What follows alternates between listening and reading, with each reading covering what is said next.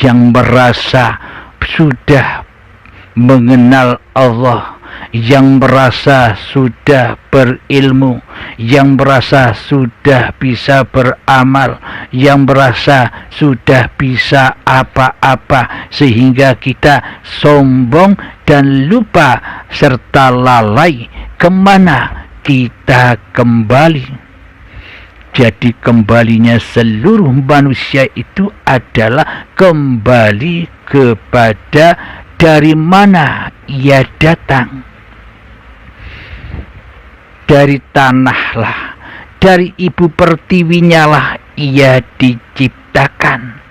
Nah, inilah yang dimaksud surga itu berada di bawah telapak kaki ibu. Apa tempat kita berpijak ini? Ya, tanah inilah hakikat ibu kita. Sedangkan di babakan syariat, ya ibu-ibu secara badaniah itulah ibu kita. Akan tetapi tanpa hakikat ibu pertiwi, yakni tanah ini, apakah ibu kita ada?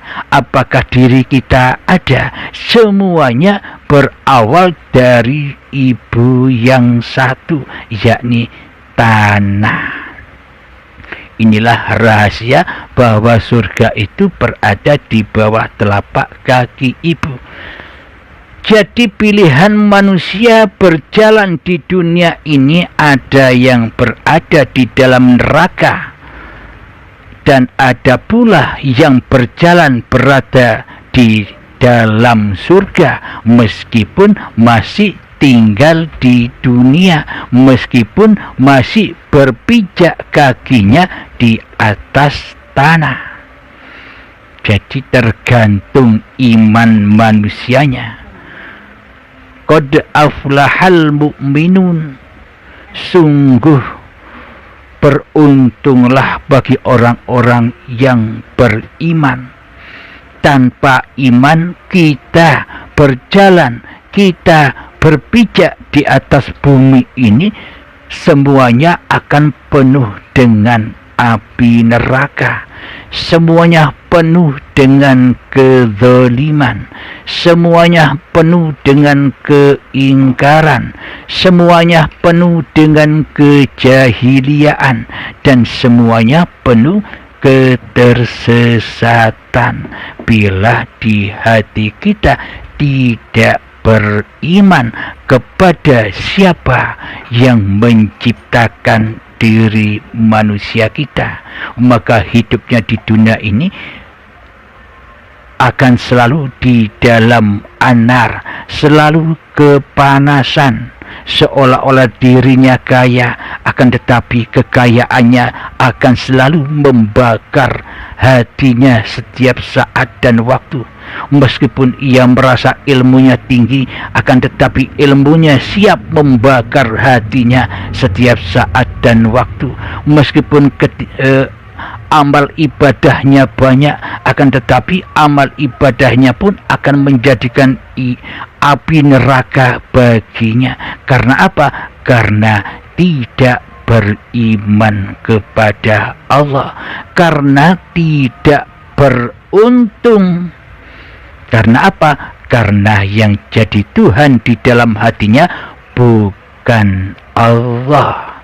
Akan tetapi yang menjadi Tuhan di dalam hatinya, yang wujud di dalam hatinya, yang nyata di dalam hatinya, yang hidup di dalam hatinya, yang berkuasa di dalam hatinya, masih Tuhan li nafsinya sendiri. Sementara Allah sebagai pencipta dirinya ditiadakan, digoibkan. Maka itulah tanda-tanda orang-orang yang belum beriman. Itulah tanda-tanda orang-orang yang merugi di sisi Allah Subhanahu wa ta'ala. Jadi jangan terkecoh dengan amaliyah babakan dohiriyah. Akan tetapi benahilah diri kita sendiri, benahilah hati kita sendiri. Jangan sok membenahi orang lain, jangan sok tahu hati orang lain. Masuklah ke dalam dirimu, maka tinggallah dirimu di dalam surga di sisi Allah Subhanahu wa ta'ala. Ketika kedirian manusiamu, ketika hawa nafsumu sudah tenggelam di dalam hayatullah. Alhamdulillahirabbil alamin. Babakan tentang bahwa surga berada di bawah telapak kaki ibu kita lanjutkan di episode yang kedua.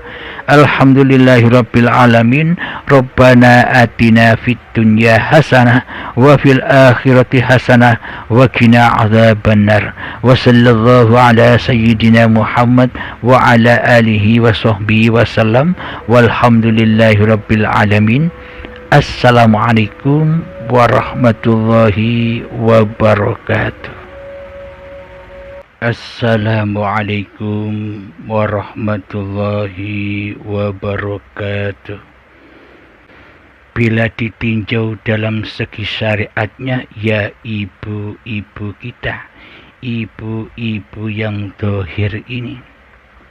Akan tetapi ditinjau dari segi hakikatnya, siapakah yang menciptakan diri kita? Siapakah yang menciptakan ibu kita? Dari manakah kita berawal? Dari apakah kita dicipta? Kita dicipta dari tanah yang selama ini kita berpijak di atasnya. Kita selalu digendong kemana-mana. Kita selalu dibimbing oleh apa yang kita pijak selama ini. Itulah hakikat Ibu Pertiwi. Dan ketika kita sudah menyadari asal usul kejadian diri kita, yakni tanah, maka kita akan tinggal di dalam surganya Allah. Alhamdulillahirabbil alamin. Meskipun kita sama-sama menapaki tanah yang luas ini tanpa iman, maka kita akan tersesat jalannya. Kita akan menghamba kepada hawa nafsu kita sendiri dan menghamba kepada dunia yang kita cintai di dalam hati kita selama ini. Marilah kita lanjutkan di dalam surat Al-Mu'min ayat yang kedua. Bismillahirrahmanirrahim. Alladzina hum fi salatihim khashi'un. Jadi siapakah orang-orang yang beruntung itu? Dialah orang-orang yang beriman, yaitu orang-orang yang khusyuk di dalam sholatnya. Jadi pangkal sebuah ibadah, jadi raja-rajanya seluruh ibadah adalah di dalam sholatnya. Ini kalau dibahas di dalam sudut pandang syariatnya. Ketika kita sholat, bila di dalamnya kita tidak bisa khusyuk, maka celakalah diri kita. Fawailul lil musallin. Celaka bagi orang-orang yang sholat. Alladzina hum an sholatihim sahun. Orang yang lalai di dalam sholatnya. Dalam segi hakikatnya, maknanya sholat itu adalah berpegang teguh kepada tali Allah. Berpegang teguh kepada tali itu bukan tali-tali yang dohir. Jangan bayang-bayangkan kita berpegangan kepada tali-tali dohir.